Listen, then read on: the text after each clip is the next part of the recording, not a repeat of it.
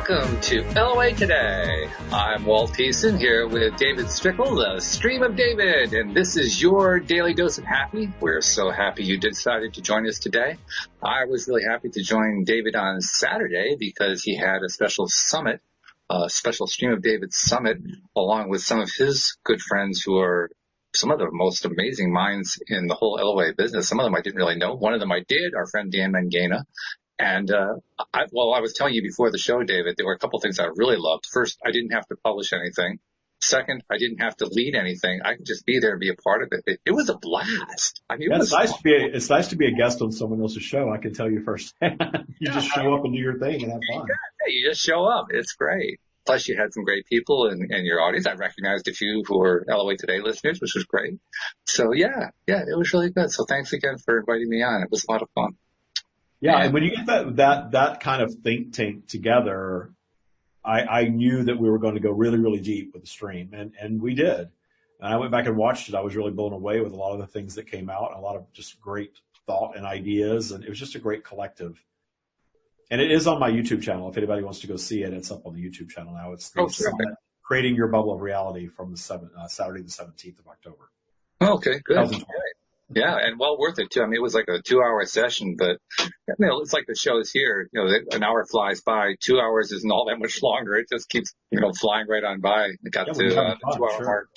I said, "Wow, was that really 2? Holy cow!" But it was good. It was really good. So, as we were starting the show here, I was looking at, first of all, we have a few questions for the stream, which is going to be great, and we'll make that connection.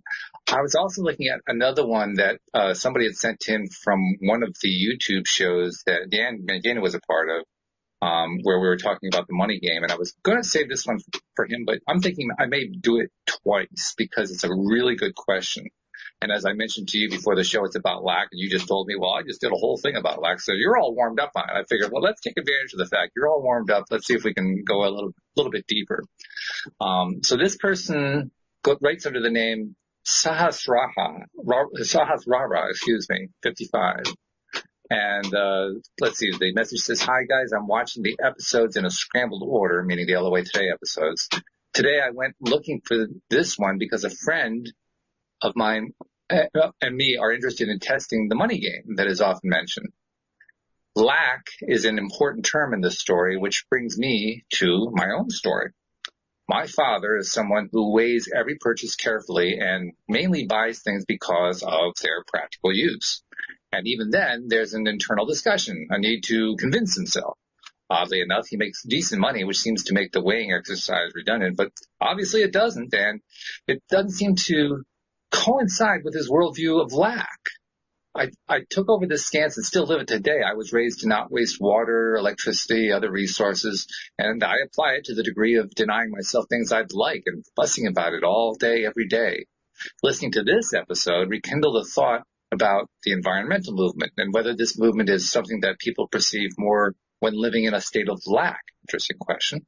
My boyfriend, for instance, he buys what makes him happy, and I sometimes berate him for it, poor guy, while I should probably follow his example.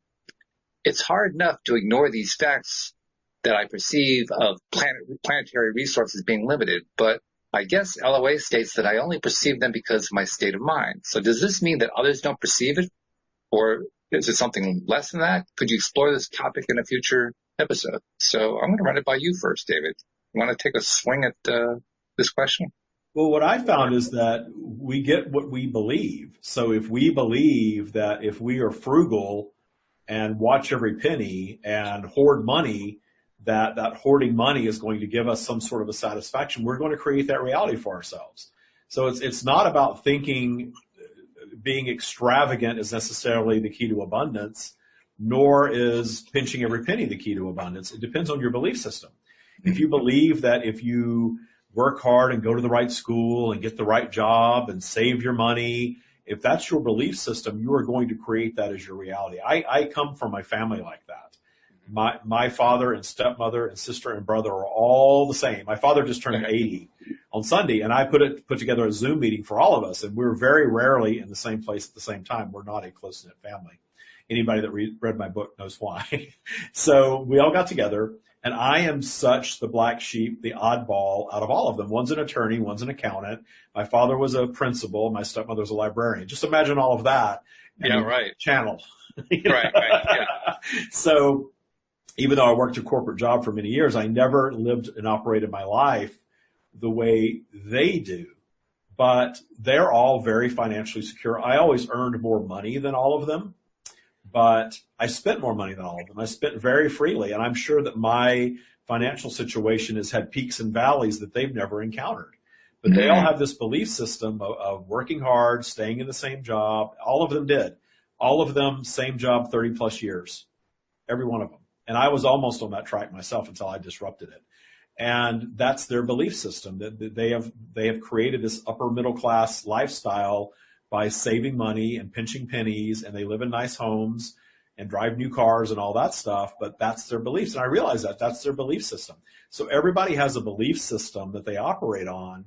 And if your belief system is that if you save and pinch your pennies and save money that you're going to be okay, then that's going to be your reality. If you believe that you are always going to be in a state of lack because you can't afford anything, that's a whole different mindset. Yes. That is there's a whole difference between I don't want to spend money on that, I would rather save it, and I can't afford it, I can't have it, I'll never have that, I'm not worthy of that, people like me don't get that, I can't imagine having something like that. I hear things, I think I was telling you about the Facebook comments that I was discussing with you before we went on live. People saying things like, we don't have two nickels to rub together. Right. And people do not realize what they're creating for themselves when they say things like that. Absolutely. And it's almost like they're saying things like that almost in a vibration of self-pity, and they're creating that reality for themselves. That they're going to continually create a reality where they're looking for pity externally for the situation that they're creating for themselves. And there's almost a soothing mechanism built into that. Oh, woe is me, feel bad for me, look how horrible things are for me. And a lot of our society operates like that. Mm-hmm. A lot of people do. And they create that reality to keep themselves stuck in that scenario, not necessarily because I think it's really because they just don't know any other way, and they don't trust enough to put themselves out there to believe in a different way. And it feels better to feel like a victim than to take responsibility and say, well, I created this situation. What happens is when people take responsibility and say, I created the situation, inevitably they go down this path of beating themselves up about it. And it doesn't feel good. So they want to revert back to the other way, which is feel sorry for me. Yep. But you can accept that you created something unwanted in your life and not beat yourself up over it. And that's why the stream's teachings about vibrational flow and high and low and judgment and all of that stuff, I think, come in handy, because it really gives us clarity on we need to stop judging ourselves. Even if we have created a bad situation that we've stuck ourselves in for a long period of time, let's stop judging ourselves about it. And let's start focusing on what we want rather than what we don't want, rather than beating ourselves up for doing it wrong for X number of years. That's a great description. I really like it. And your description in many ways touches on what my life experience was for a number of years, although my life experience was a little different. And let me tell you what was different about it. I did work, not so much a corporate career. I worked more in small businesses, working for a lot of very small businesses for most of my life. And then I did end up in a mid-sized corporation where I made the best money I ever made. And then at that point in time, that's about when the internet was starting to take off. That was like the turn of the millennium. It had been building up before then. I'd been doing some stuff with it, but nothing really serious. I had started a little business selling long distance services back when that was a thing, and that had made a little bit of money. But mainly I was just making my money through what was eventually that mid-level corporate job. But I didn't enjoy it. I actually didn't enjoy much of any of the work that I did. And at the time, I would have told you it was because, well, I know I'm good at stuff, so I have to go earn my money doing the thing that I'm good at. And I won't get the opportunity to do what I really would like to do. In fact, I don't even know what it is that I would like to do. I can't think of a job I would like to do that you can get paid for, which shows how I was living it. It had to be something I had to be paid for, right? Well, I ended up taking the leap after working that last job, in part because I was miserable there. I mean, I was making good money, but I was not enjoying myself. There was nothing about it that I was enjoying. And also there was handwriting on the wall, because this is when a lot of corporations here in America were starting. I worked in the IT department, and a lot of IT departments were starting to reach out to India and bring in Indian workers because, well, they were cheaper. They were, like 2/3 the cost of what we were. So they were making their move in that way. I could just see that's where it was all going. So, when you're in a job that you don't like and that you don't see a future in, and you can't see how you'd enjoy it, and they're about to, displace you anyway, you kind of start thinking about doing something else. And that's what I did.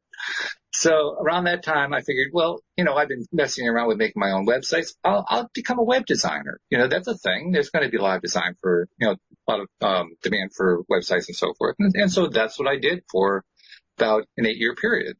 And that's how I became full-time unemployed, or not unemployed. Well, yeah, in some ways I was unemployed. That's called a Freudian slip. Yeah, right. Very Freudian, yes.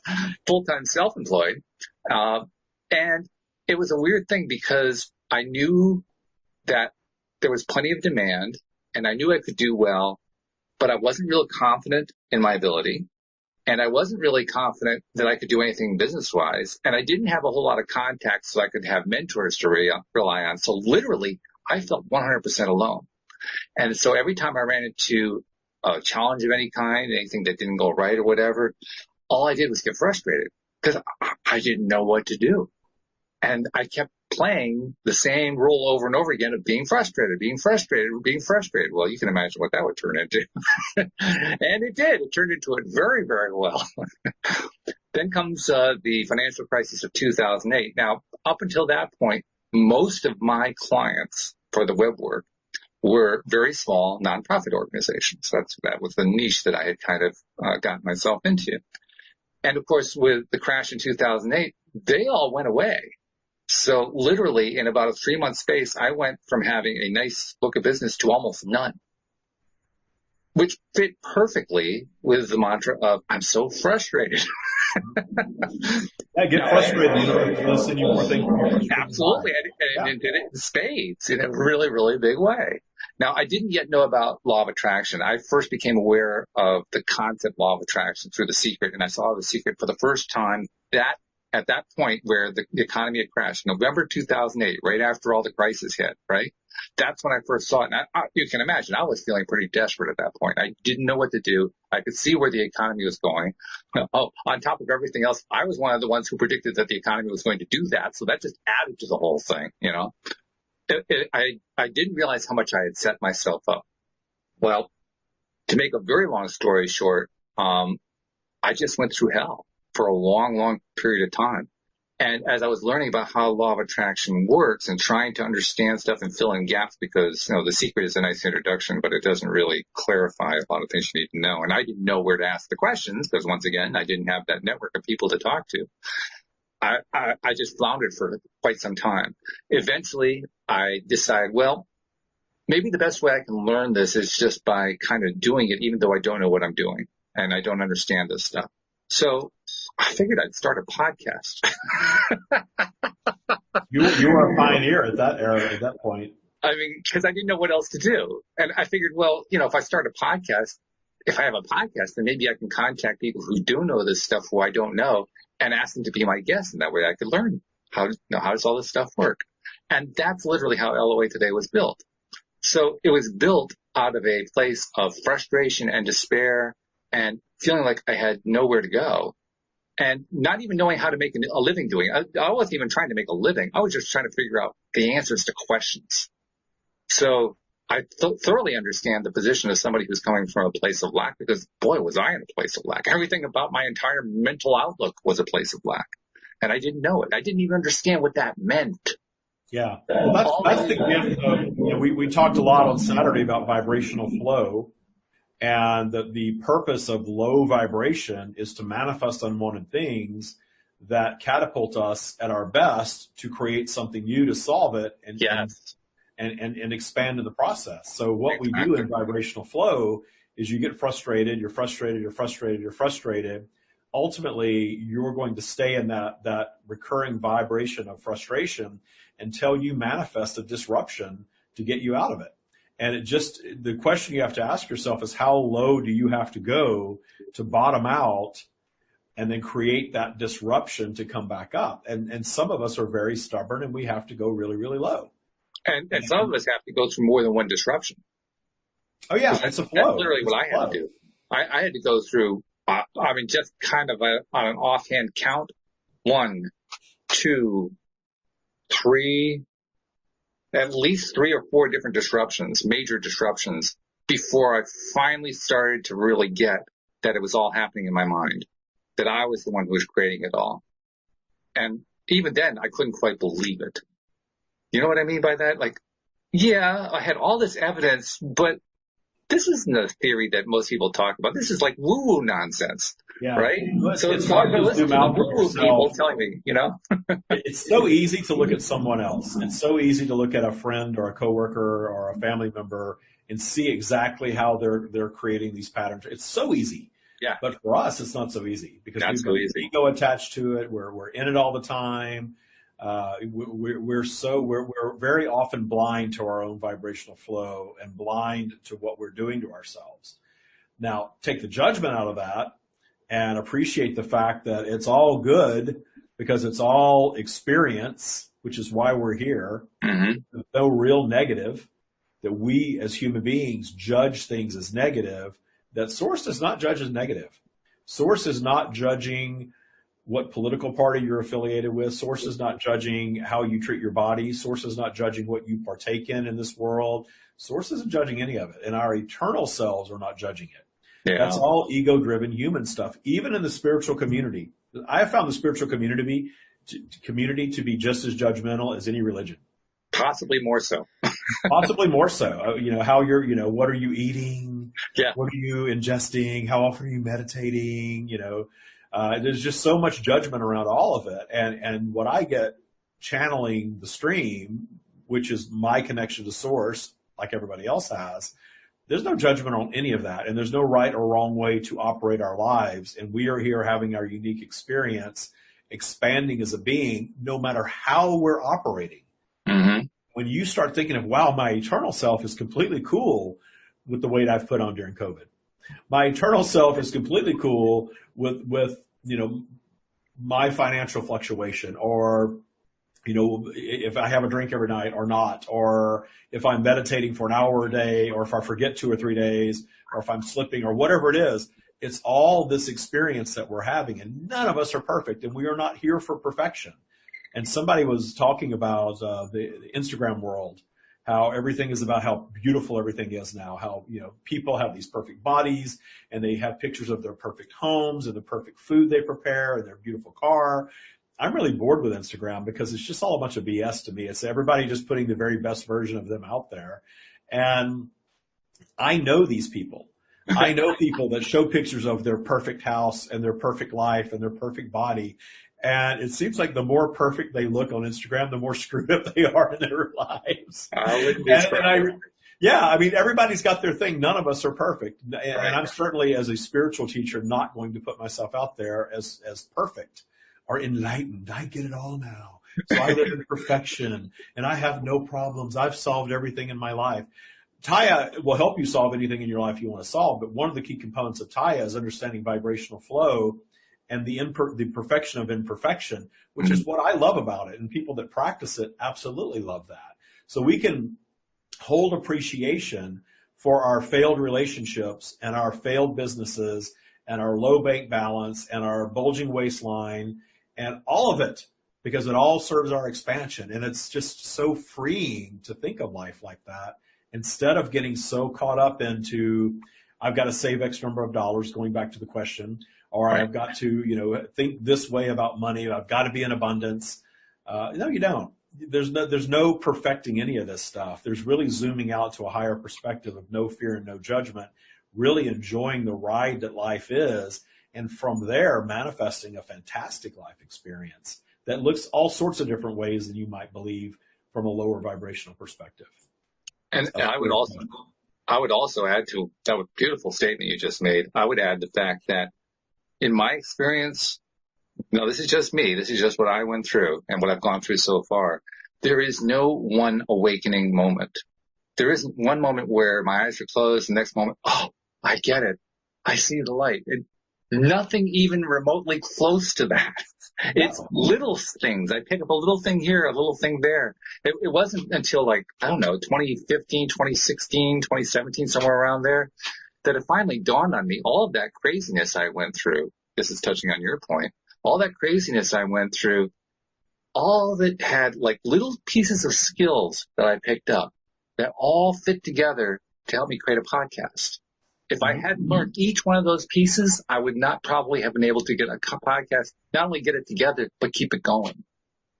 And it was stuff that if you had looked at my career, on the resume, you would have said, well, where is it? I don't really see where these pieces are. Most of them are so subtle, you have to think about, you have to kind of go back in your own experience in your own life and say, okay, where did I learn how to put together a recording? Where did I learn how to edit a recording?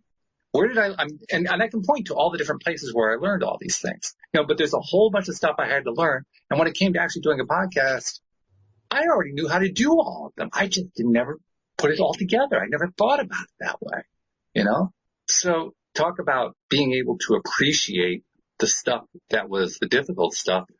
If you had asked me, 15 years ago, can you start thinking about and appreciating the stuff that's the difficult stuff? I would have been lost. No idea where to begin on something like that. But as you say, when you have the perspective, and that's kind of what I've gained over the years, is a perspective of what the whole thing is all about. Oh yeah, I can see where that little experience over there in the midst of that fog gave me a piece. And that little experience over there also gave me a piece. And it just kind of pieces together over time. That's the alignment for me. It's not a single event. Well, you tapped into the vibration of podcast.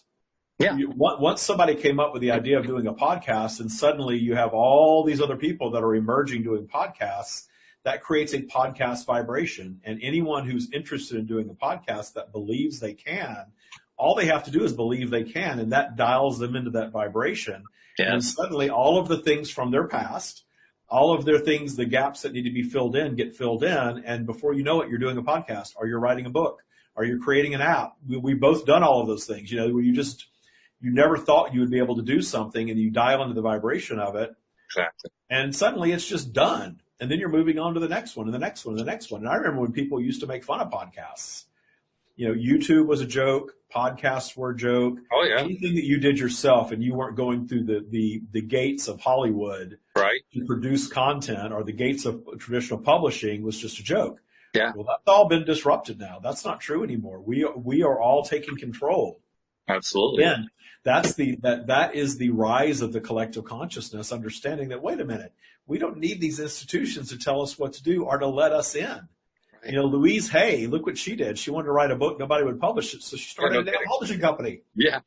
She screw you. I'll just start my own publishing company. I'll publish my books, others, and I'll be one of the biggest names in this genre. She basically dominates the genre. I mean, she's since passed on, but her company dominates. There's no other company anywhere near hers. Sure. Yeah. So it's you're capable of doing anything that you believe that you can do, and if it's not about skills, because the gaps get filled in somehow, as long as you hold the belief and you have the tenacity to not give up. And the only thing to me, the thing that creates my tenacity is just that unwavering belief that I can, even when obstacles come up. I love overcoming obstacles. I love that. Tell me I can't do something, and that's exactly what I'm going to do next. So that creates a drive for me. But having the belief, if I didn't believe that I could, I would probably peter out at some point. And I realize now that anyone that quote unquote fails at anything, they don't fail, they just quit. They give up. Sure. That's it. That's it. Because I have a business that I started about 3 years ago in Taya Boot Camp that probably could have gone out of business 3 or 4 or 5 times. And the creation of it, there's ups and downs. There's times that it's just like, oh my gosh, we've got more people coming in than we know what to do with. We've got to add this and we've got to do that. And then the next, it seems like 6 weeks later, it's crickets. And I used to be in the home furnishings business, so I understand the ebb and flow and cycle of business, but that was very predictable when I was in it. But spiritual coaching was not predictable for me. I didn't know.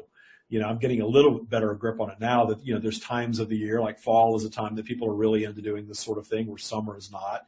COVID definitely threw a wrench into all that though. And suddenly everybody wanted to do it, which is great. Right. Sure. But there's so many times that I could have just said, this is it. I'm done. I'm quit. I'm going to quit. I'm going to go back to XYZ. And I had a really high paying job. And I'll never forget the big turning point for me was when I was really, really, really in trouble financially in the business, in my business. And I couldn't pay myself. And I was having to reduce, overhead and all this kind of thing. And I was living in a very expensive house because I just maintained my lifestyle. I think my rent in that house was $6,000 a month. Oof. And I moved from San Francisco where that was a 1-bedroom apartment. So I moved to Palm Springs. I had a 4-bedroom, 4-bath house with a pool for $6 grand. Right. So I had a big personal overhead to pay and I wasn't making any income. And right in the middle of the downturn, I had a headhunter call me, VP position in my old industry, $500,000 a year pay package. Wow. Yeah. And I said no. Yeah. I said no. I said I will live under a bridge before I will go back to the corporate world. And it renewed me. I love what I'm doing. I will never do anything else. I'm committed to doing this for the rest of my life. That's why I tattooed it on my arm. And I'm not going to do that. And she was so impressed. She asked for my book and she went and got my book and emailed me later, said she loved my book, The Headhunter. So wow. I love that story. But yeah, I could have retreated at that point, and I'm so glad I didn't because the business came back. And that's just my message for anybody regarding anything is it's dialing into the vibration of and not giving up if you really want it. And it's a great example too of being willing to leave something behind. I mean, there's no shame. That's one of those things I really had to learn. There's no shame in a business that, quote, fails. You described it very nicely. It doesn't really fail. You just stop doing it. Yeah. And I do believe in pivoting to something else. I mean, look how many super successful companies started out. You look what Netflix started out as, and then that model became obsolete, and we all thought Netflix would go the way of Blockbuster. Oh my gosh, they didn't though. Look at Netflix now. It's all I have. I don't have cable. I just have Netflix. That's it. Mm-hmm. So it's just crazy. If you're not giving up and throwing in the towel and sticking to something that maybe isn't working anymore and move to something different, again, keep dialed into that vibration, then you're going to do great no matter what. Dialed into vibration. That's the key, I think, right there. Because what you're really saying is, do you like it? Do you enjoy it? Does it float your boat? That's what keeps you going. If you're trying to do it any other way, I've tried all the other ways. None of them work. Yeah, I would never. It's funny because I thought about getting in as an entrepreneur, getting into the business that I was in, home furnishings, on my own. And I actually went to venture capitalists and pitched to venture capitalists, and none of it ever worked. And I realized now, gosh, I'm so glad that it didn't work because I didn't even like the business that I was in. Yeah. I liked it in the beginning, and then I during the recession got into a scenario where I just made more money year after year after year during the recession in the business, even though I didn't like it. My financial abundance was significant until I finally jumped out of the airplane and just quit because I couldn't take it anymore. But could you imagine getting into a business that you already don't like as an entrepreneur and trying to stick it out as an entrepreneur? Now I'm just so glad that none of that worked out. That was the universe looking out for me. That was vibrational flow taking care of me. Well, the universe doesn't look out for us. We love to say that, but the universe isn't judging positive or negative. No. The universe is sending us our vibrational match. Our vibrational flow and our focus is what's taking care of us. Exactly, yeah. And I can't imagine it because I tried to do that, and it failed horribly. In fact, I tried to do it multiple times, and it failed horribly multiple times. I have heard success stories of people making lots of money doing the craziest things because they're passionate about it. There was somebody, the person that taught me how to do an online course. She was in this bigger program that teaches people how to do things like that. And their most successful graduate was, I think he taught people how to do a handstand. And he was billing over $1 million a year teaching people online how to do handstands. Yeah. If I remember that story correctly, it was something as specific as that and as far-fetched as that. The guy was making over $1 million doing that. I'm trying to think who it was. It was Daniel or Louis, one of my co-hosts, told the story. Maybe it was you, but it was one of the co-hosts told me a story about a guy who loves clouds and pictures of clouds. And so he created a website where people could upload pictures of clouds for a membership fee. And he makes a huge amount of money Offering a website for pictures of clouds. Yeah. I think like some of the like one wealthy person, this is a good pivot. They started out making these cement buildings. This was in my hometown, and this was one of the wealthiest people in my hometown. They made these cement buildings for cable television. Mm. And then when cell phones came around, they started making these cement buildings for cell phone towers. And they're the only producer there is or was, multi-million-dollar business, billion-dollar business, I'm sure, from making these cement buildings. Right. You know, what do you do for a living? Oh, I make cement buildings. There you go. That sounds exciting. You know? You can make money doing anything. So if you're passionate about something, figure out a way to make money. The passion. That's the key. That's the key. That's absolutely the whole thing. So, all right. Well, we've gotten some good insights and wisdom from David Strickle. Let's get some wisdom and insights from the stream of David. So we're going to let you make your connection. And while doing that, I'm going to remind people you can also get your question answered by the stream of David just by using the LOA Today app. And if you, of course, have downloaded it, you have that. But if you haven't downloaded it, just go to your app store on your iPhone or your Play Store on your Android phone, look for LOA Today, and it'll pop right up in the list. And then right there under goodies in the app is where you can find the page, the question page for asking a question of the stream of David. So feel free to do it. That's what other listeners are doing. And that's what we're going to be drawing upon as the stream connects to David. And we have a whole bunch of stream questions for him today. So looks like David is making the connection. Should be here in about a minute or so. We are here. We have a connection. Hello, stream. Nice talking to you again. Just had a conversation with you over the weekend when we were part of the stream summit. So nice to hear from you again and talk to you again. And our first question comes from a listener who was also participating in that summit named Jim Corman. And his question is, what thoughts do I need to detune in order to manifest excellent health for my wife? I'm working on taking 100% responsibility for every aspect of my life. So if my wife has chronic illness, there must be something in my vibration that is allowing it, or it would not be so. At least that's what Jim thinks. What do you think, Stream? You would very much guide anyone who believes that their thoughts are transmuting to another, even someone that they are very close to.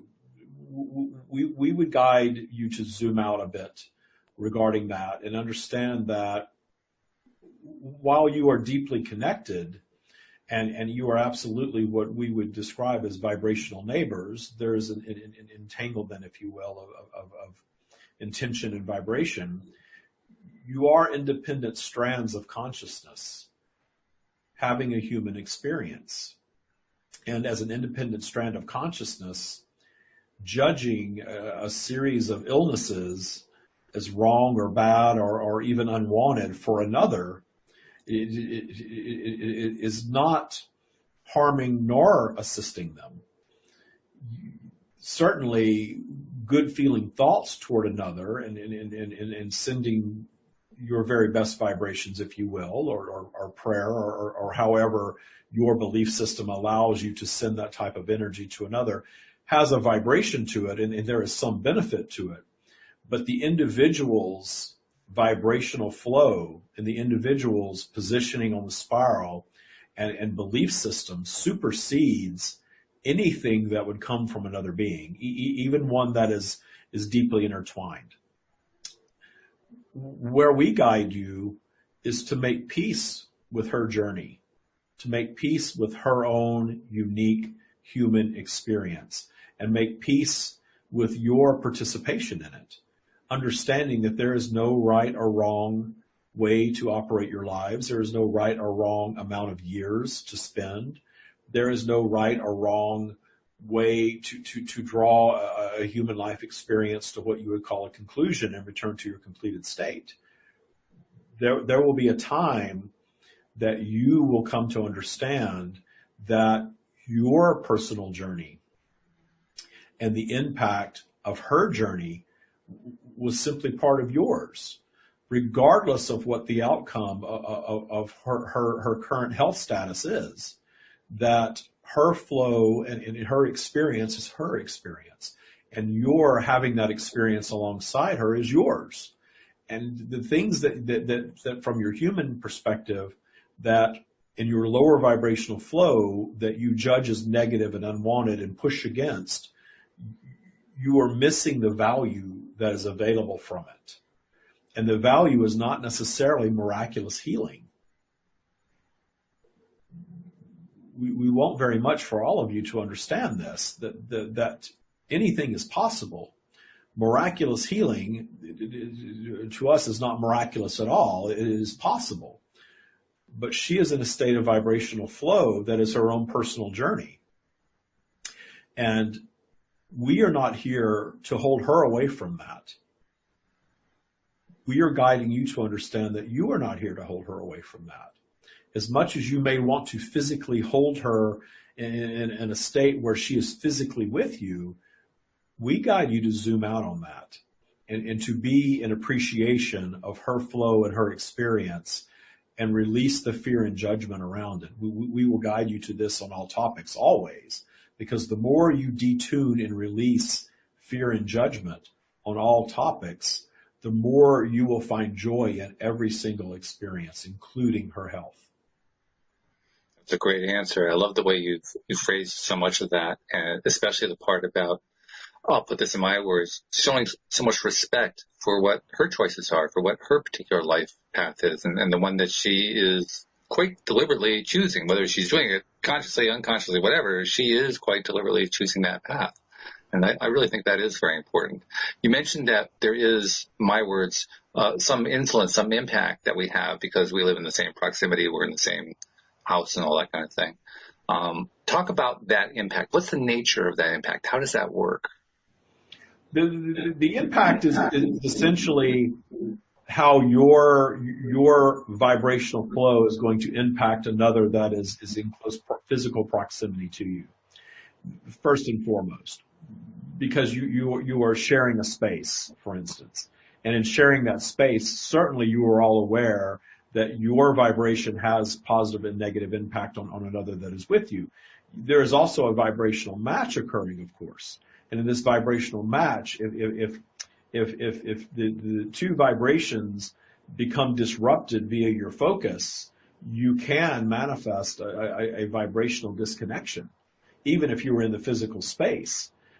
But if your desire is to be in vibrational harmony with one another, sending the higher positive vibrational thoughts and feelings without judgment and without fear, the higher vibrational thoughts and feelings we're speaking of are ones of appreciation of the experience that is being manifested, not one of pushing against and wanting miraculous healing to occur. That is not what we mean when we are sharing that we would guide you to send high vibrational thoughts. These are thoughts of appreciation. These are thoughts of appreciation for what is, rather than thoughts of, you must heal to please me, and you must heal to be the version of you that I believe you need to be. That is a very different vibration. It reminds me of the experience that I've had just in the last month or so with our cat who got attacked by the predator. And he has been making a wonderful recovery, but for the first few days there, we weren't sure whether he was going to be able to make it. And I suspect in his conscious mind, he wasn't so sure he was going to be able to make it. He was pretty close to comatose at one point, and he was in very bad shape. Fortunately, he got some good veterinarian help, but nevertheless, it was touch and go. I had to feed him off of my fingertip for quite some time. But I also knew that even though I can't honestly say that I was never afraid. I was afraid at times, but there were also moments where I was able to just get into that pure positive love about him. And I would kind of oscillate, back and forth. And then in those moments where I was feeling that pure love for him, I was basically putting out one message to him. His name is Joy. And I would say, Joy, if you want to recover from this, please take these gifts that we're giving you. I can't force you to take them. It's up to you, but these are the lifelines we're trying to throw you. And here they are. And I would name what they were. And I didn't know whether or not he would grab them. I didn't know if he would put them to use. As it turned out, he did. because his recovery has just been nothing short of miraculous since then. But it was him who made the decision. It was pretty clear. And he made it clear as he was healing, as he was recovering, because since then, literally every opportunity where he and I have been together in the same room, he wants to climb into my lap, rub up against me, and just, get cuddled and held. And this is an outdoor cat. This is a cat that's outdoor, or was outdoors 24 hours a day, 7 days a week. So to me, that says that cat really did get the message. And yeah, this is what he really wanted. And I was helping to reinforce what he really wanted. What was optimal, that's not even the right word. What was essential from my perspective was he had to want it. I couldn't want it for him. And that's a difficult concept when you're dealing with the emotions of it. But for me, it was essential. I couldn't imagine it any other way. So I was glad to hear you talk about how, it has to be in alignment with what the other person wants. Otherwise, it's not going to make a difference. Your cat's experience is an excellent example. You offered the very best that you had to offer in the scenario, and you were correct. The choice was ultimately his, whether he wanted to return or not. Offering him a point of reentry, reasons to come back, holds value. But being at peace with the question of the outcome placed you in a vibrational scenario to offer him your very best. This is why we say the very best that you have to offer another is the high vibrational version of you. You needing him to survive to please you, and needing him to survive because you have a need that he fulfills is a different vibration than being at peace of the outcome that he chooses. And it's not an easy place to be in, especially when you are dealing with fearful situation. It is not easy because you were taught to fear separation, and you were taught to fear death, though it is one thing that is inevitable. This is why we guide you over and over again to question why you fear these things. Yeah.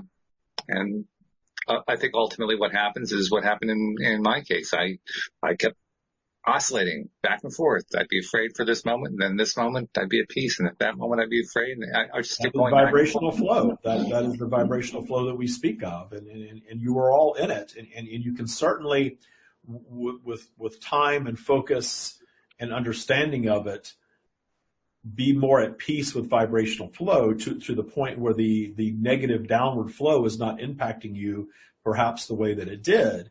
But you have done enough work to where you had a handle on it, to where you were not in the same space that many pet owners would perhaps have been in, where they were simply in the low vibrational flow through the entire experience, and any joy that was available during that time was not experienced whatsoever, and the vibration was kept lower, and the outcome would have likely been negatively impacted by that. Yeah, that's true. I'm certain that's true. And we also have another question that comes from Janine, and it's very much in alignment with what we're talking about here. So I'm going to bring this one in too. She apparently works with seniors. I'm going to guess in palliative care, but it's only a guess. She says, please explain how my high vibration helps my senior clients to transition. The high vibrational offering of no fear and no judgment is infectious. You all understand that your vibration is infectious. If someone is in a caregiving position, they are very negative, if not full-blown abusive, of course, that is lowering the vibration for the patient. The same is true for one who is offering a high vibration of understanding that this is an experience to be had and not to be feared. It is an experience that if you perform your lives the way many humans believe they should, meaning that you live a long period of time and you end up in a scenario where you are winding down your end of life experience, your life experience is an end of life experience at an older age, which is not necessarily everyone's vibrational choice, but for those that are, offering them the very best for that experience of joy in that experience, of joy in the departure, of appreciating where they are, even with their failing bodies. That is a very high vibrational offering to them indeed. It reminds me of a situation that occurred with my wife's stepmother. her own birth mother had died when she was in her early 20s from a series of strokes. And then later on, her father remarried, and Ruth was the stepmother. And their early relationship wasn't very good, but over time it turned into a very good relationship. And when Ruth got to the point where, because of her own medical situation, she decided to turn down medications that she was on, knowing that would lead to end of life. We went to visit her one last time, and it was a good visit. They had a tearful but joyful farewell between the two of them. And I'll never forget, as we're getting ready to leave her room, I just suddenly had an inspiration to say something to her, to say a particular thing. And so I said it without giving any thought to it. And afterward, I've thought about it a lot. For whatever reason, I decided to say to her, "You're about to engage in a really fun journey." And she gave me this look like, "What are you talking about?" And I'm not really sure why I even said that. I think on some level I was sensing her own reticence to recognize the joy in it, so I was trying to inspire her to some joy. But for whatever reason, I said that, and I'll never forget the look on her face. It literally, her entire mood shifted in the space of a half second. And now all of a sudden she was focusing on it in a way that I don't know exactly what it meant to her, but it was quite different from the way it had been 5 seconds before. So I just wanted you to kind of comment on that and tell me what you think may have been going on there. There was a vibrational alignment that inspired you to offer a thought process based on all of your learnings that was a bit foreign to her. But as I promised to you, in her departure, the words that you offered came into such great clarity for her that there was great resonance, and that offered a very high vibrational transition for her, and ultimately offered that high vibration right back to you. Okay. All right. And then we also have another question. This is our third and last question that we have for this week's show from Avi. Now, Avi is the person you may remember who previously asked about how to live in a totalitarian society, how to deal with the fact that, you have a government who's acting like a big brother and cracking down and stuff and so forth. And you gave some really good advice to him. He's also asked a couple of questions since then. This time, he's asking a question that I have to admit I never expected to have asked or answered here on the show, but what the heck? We'll pass it to you and see what you have to say.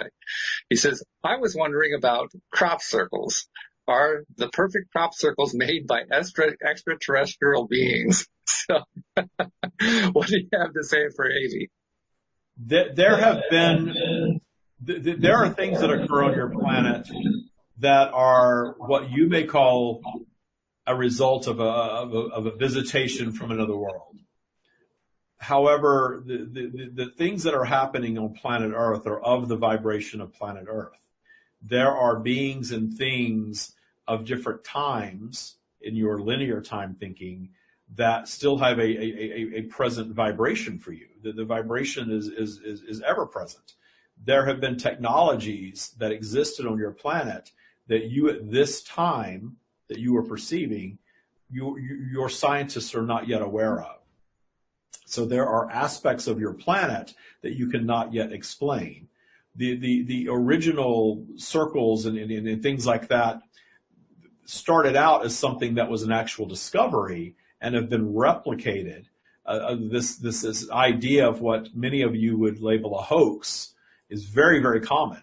You all are so aware of something else that is just below the surface of your reality that you use your imaginations to bridge the gap. And we very often guide you to do this in your lives, in your process of creation.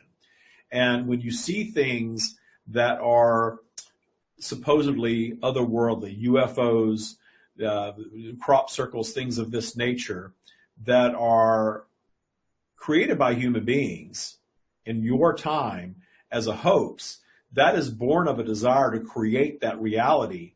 And in creating that reality, understanding that there is something of that nature that actually exists or has been, that your human mind is trying to bridge the gap.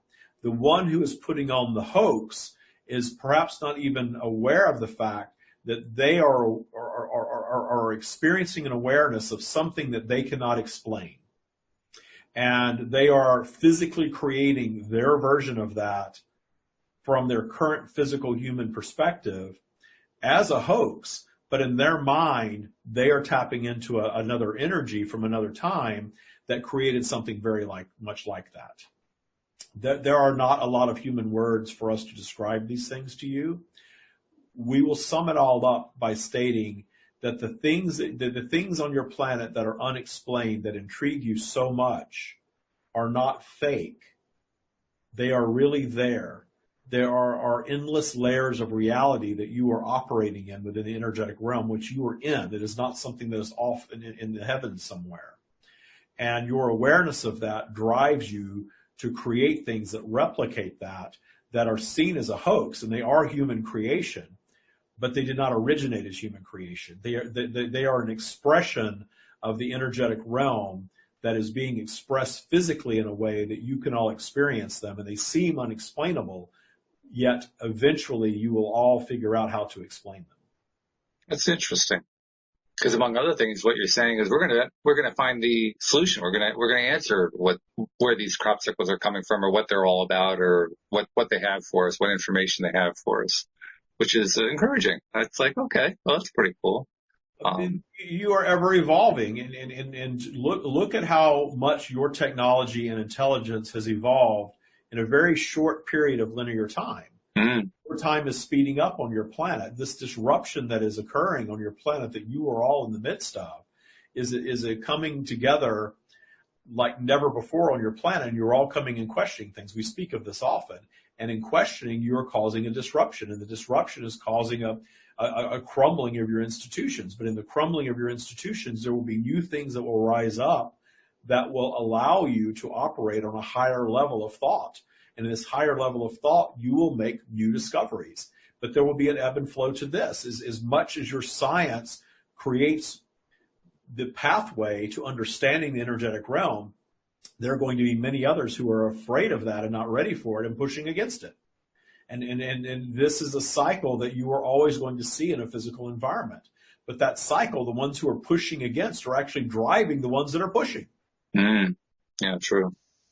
And speaking of scientists, quite possibly our most revered scientist over the last 150 years is Albert Einstein, from whose teaching a lot of the material comes for understanding quantum mechanics, which those of us in LOA circles often refer to when we're trying to understand how these energy situations work and how the whole thing operates.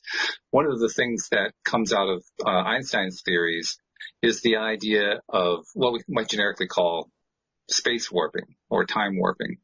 And I saw something just recently about how modern scientists have been able to verify one aspect of Einstein's theory, which is that there is a vortex of this warping of space around the planet Earth. And so I saw that word, I said, vortex. Well, I wonder if there's a similarity here to what we call the vortex, the energy vortex, in which we create the various things that we're trying to draw into our lives. So I guess I'm asking, is this just a quirk of the English language, or are we talking about some similarity in vortexes here? There are certain words, such as vortex and quantum, that are used to describe the energetic realm. And truly, this is a step in the direction of understanding it. The energetic realm is not operating in linear time. The energetic realm is a realm of consciousness. Mm-hmm. And consciousness is evolving and expanding, but everything that has ever occurred and everything that is ever going to occur is occurring simultaneously, but it's not stagnant.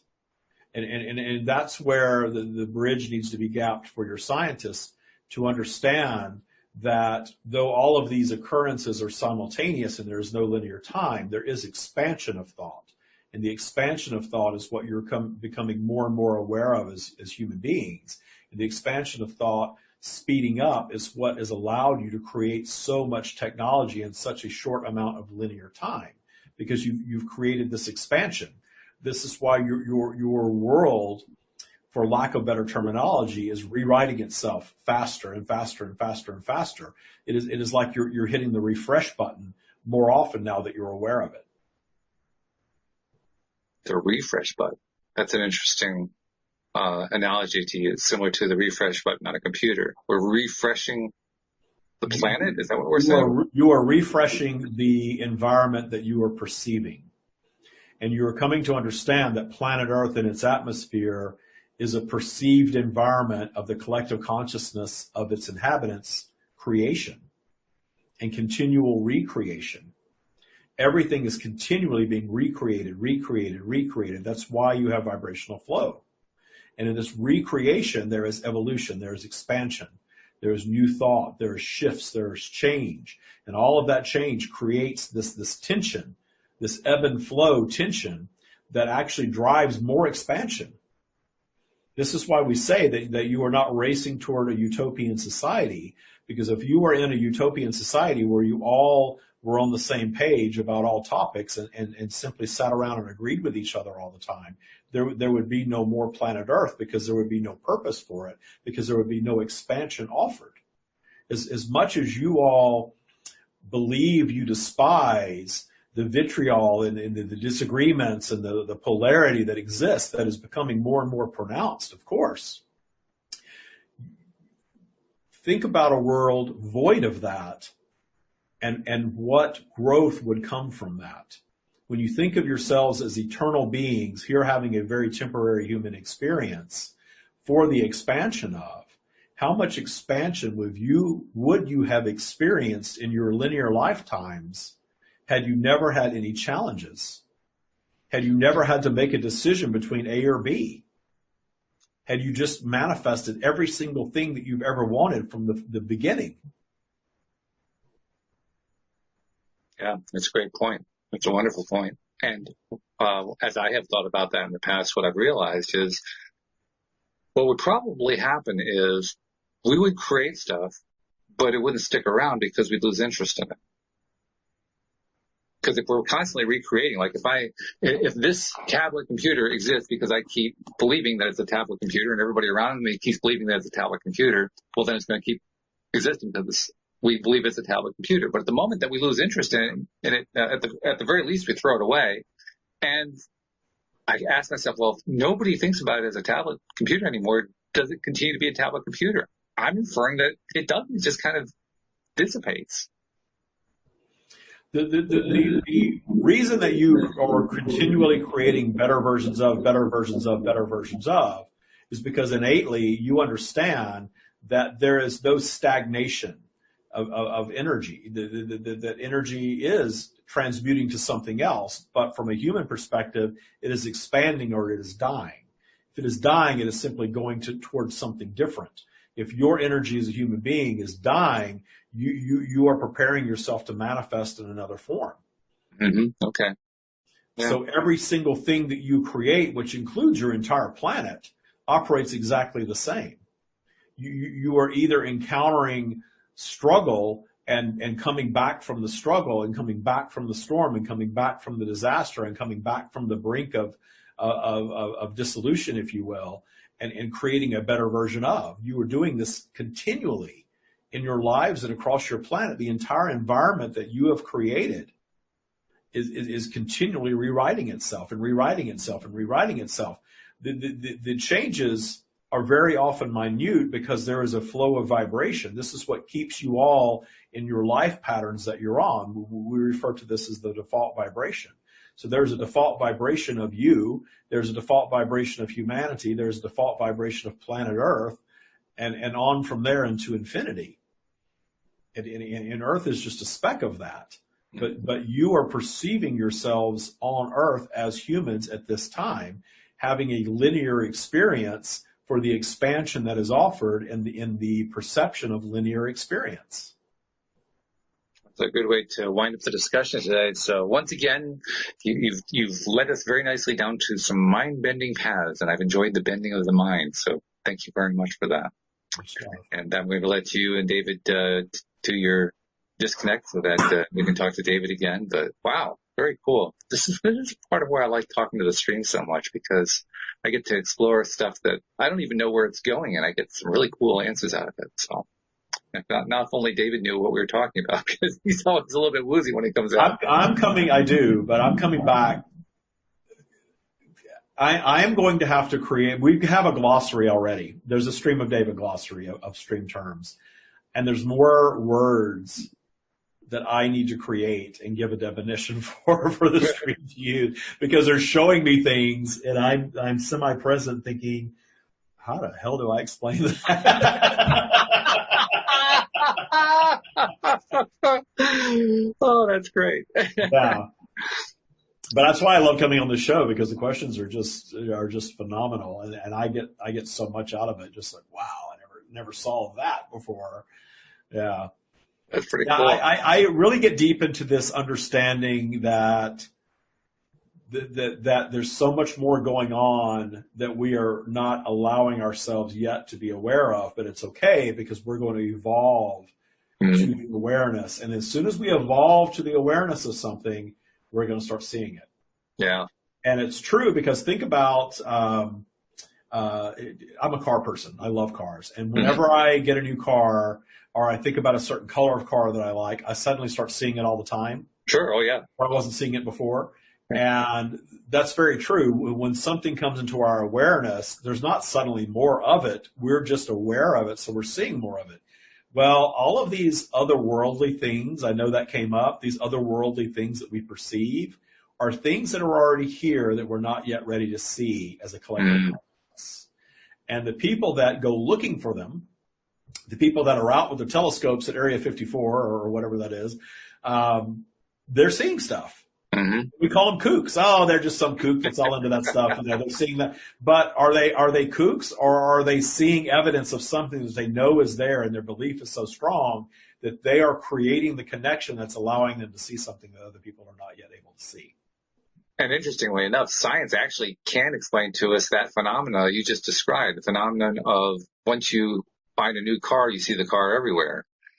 It's called the RAS, the reticular activating system. It's in the back of the head at the brain stem, and it's literally the filtering mechanism without which we would go insane because of all the data that comes in through our five senses. There's too much to take in around us, and that's when people start asking about other lives and other experiences.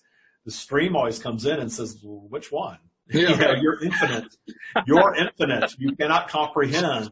And sometimes people that do past life regression get really angry at us for saying that. And at the end of the day, if somebody's coming in and doing past life therapy with you and you're giving it the power and it's helping you, do it. Sure. Do it. There's one thing about the stream. Nothing's wrong. There's nothing wrong with being a Christian. There's nothing wrong with being a Muslim. There's nothing wrong with being an atheist. There's nothing wrong with believing in anything, because all of it is as real as we make it for us. It's all real. It's all real. People ask about Jesus all the time. Was Jesus Christ a real person or not?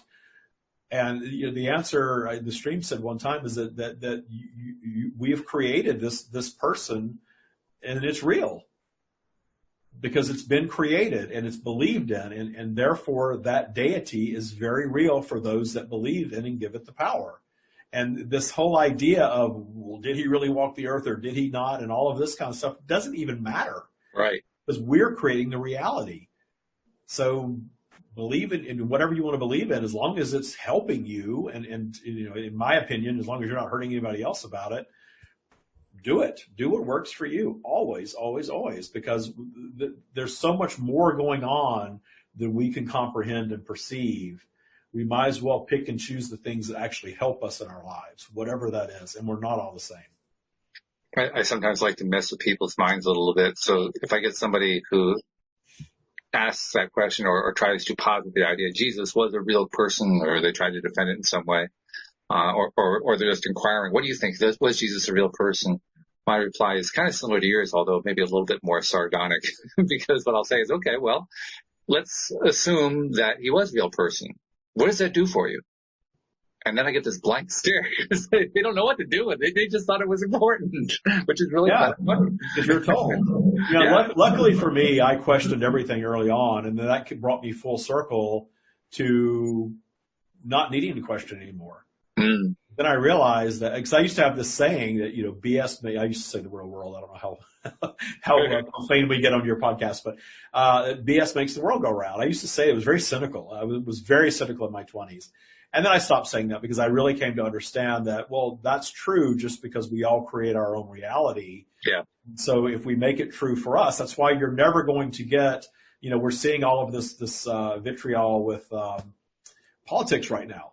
With the election in the United States. I know people are outside the United States, but from what I understand, they're also paying attention to this election. More attention gets paid to U.S. elections. Oh, I know. The people outside the U.S., that's the first thing they want to talk about when I get on a Zoom meeting with people outside the country is, wow, what's going on over there? It's crazy there. But, the people that are on one side that are trying to convince the other side, and I'm just laughing, thinking, why are you bothering with that? Because their reality is their reality for them. They believe it. They're obviously very passionate about it. And you're over here thinking, I'm the one that's going to change them all. I'm going to come up with these great facts, No, you're not. You're not going to change their perception of their reality. And if it's working for them, great. It reminds me of a science fiction fantasy series of novels by J.R.R. Tolkien, Lord of the Rings. I don't know if you've ever read that. There's a little poem that comes with it. The Dark Lord's ring has a little inscription on it. And the inscription, when translated into English, says, "One ring to rule them all, one ring to find them, one ring to bring them all, and in the darkness bind them." I mean, that's pretty much kind of what they're trying to say. I'm going to bind you to my way of thinking. That's right. Which is what politics is all about. Pretty much, yeah. Right? So there's a nice dark way to end the episode. Yeah. Well, the good news is that you don't have to participate in any of it. It only affects you as much as you allow it to affect you. That is truth. Yeah. And we're not here to save the world from itself. That's comforting to me. The whole idea that we're eternal beings and that it's not my place to try to go and save the whole world from itself. That everyone's here having their own unique experience, and I need to just Yeah, to me, that was the biggest one, because I was also really big into politics when I went through all that craziness I was telling you about before. And I didn't realize that the reason I was into all that was because I was just dealing with my own lack of confidence in myself. But nevertheless, that's what I was doing. In the process of learning all of this, that's what it really meant to me. It's not that the world isn't broken or that it's not my job to fix it. It doesn't need fixing. Fixing isn't part of the equation. It was never part of the equation. The only reason it got in there was because I put it there, and that was it. Yeah. I know people. I talk to lots of people, all day long, every day via Zoom or podcasts, and I encounter people that think the world is just this beautiful, amazing, wonderful place, and their lives are splendid. And I talk to other people who think that the world is coming to an end. It's horrible. It's awful. I can't wait to get off this planet. I was never supposed to be here in the first place. I don't know why. I'm from the planet Zortog, and I'm not supposed to be. I hear all of it. And I let everybody have their opinion. And I would much rather enjoy what I know and what is, find joy every day of my life. And that's what I'm all about now. I just want to be joyous every day of my life, whatever that looks like. Well, I'm with you, and I want to thank you for spreading the joy with us as you do every Tuesday, because it certainly gives me a lift. I know it gives listeners a lift. I could tell because of the questions they send in. So yeah, I love the questions here, and I was somewhat aware today, and they were good questions. They were good. Excellent. Well, thank you for joining us. Thank you also for inviting me last Saturday, and I'm definitely looking forward to having you come by next Tuesday. So keep on coming by, okay? I will. All right. So good stuff. Thank you very much. Thank you to our live streamers who are very quiet. They were listening, and they are listening intently, but they're very quiet in the discussion. So I think we had them really thinking there. So well done, David. And thank you especially to our podcast listeners as well. We'll see you all next time here on LOA Today. Goodbye, everybody.